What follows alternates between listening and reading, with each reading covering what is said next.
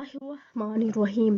Zainab TV की तरफ से मैं आप लोगों के साथ बहुत ही प्यारी वीडियो शेयर करने जा रही हूँ कि सवाल किया जाता है अमूमन तौर पर कि ज़ेरे नाफ बालों की सफाई के लिए औरतों के लिए लोहा यानी उस्तरा या ब्लेड वगैरह इस्तेमाल करना मना है, इसलिए वो करीमें और पाउडर और स्प्रे वगैरह इस्तेमाल करती हैं।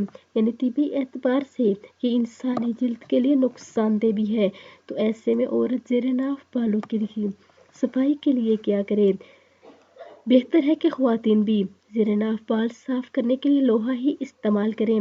नबी पाक सल्लल्लाहु अलैहि वसल्लम के दौर मसूद में भी ख्वातीन यही लोहा उस तरह ही इस्तेमाल करती थी, तो अब भी वो उस तरह इस्तेमाल कर सकती हैं।